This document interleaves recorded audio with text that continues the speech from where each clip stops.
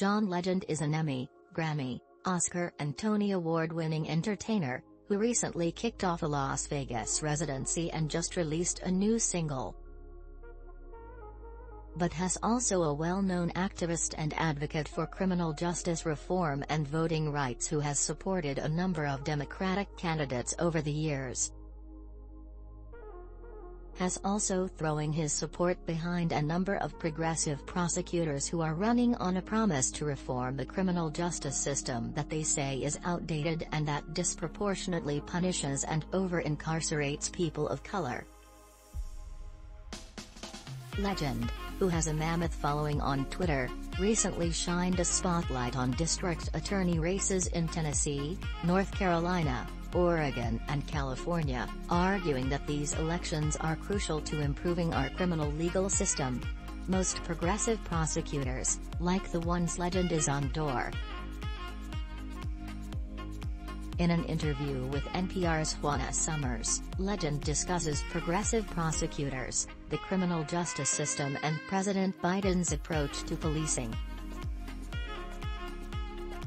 These interview highlights contain some additional content that did not air in the broadcast version. Races for district attorney are not the kind of campaigns that typically get a ton of attention. Was there a moment that made you want to focus on prosecutors?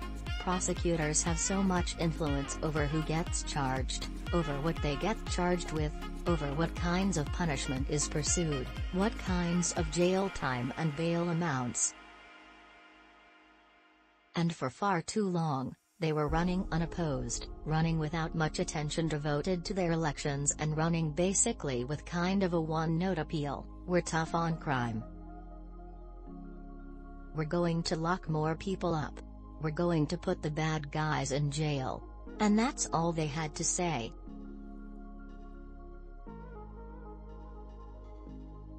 So we decided we should start shining a light on these local elections and we should start encouraging the idea that we could have more progressive prosecutors in place in these communities.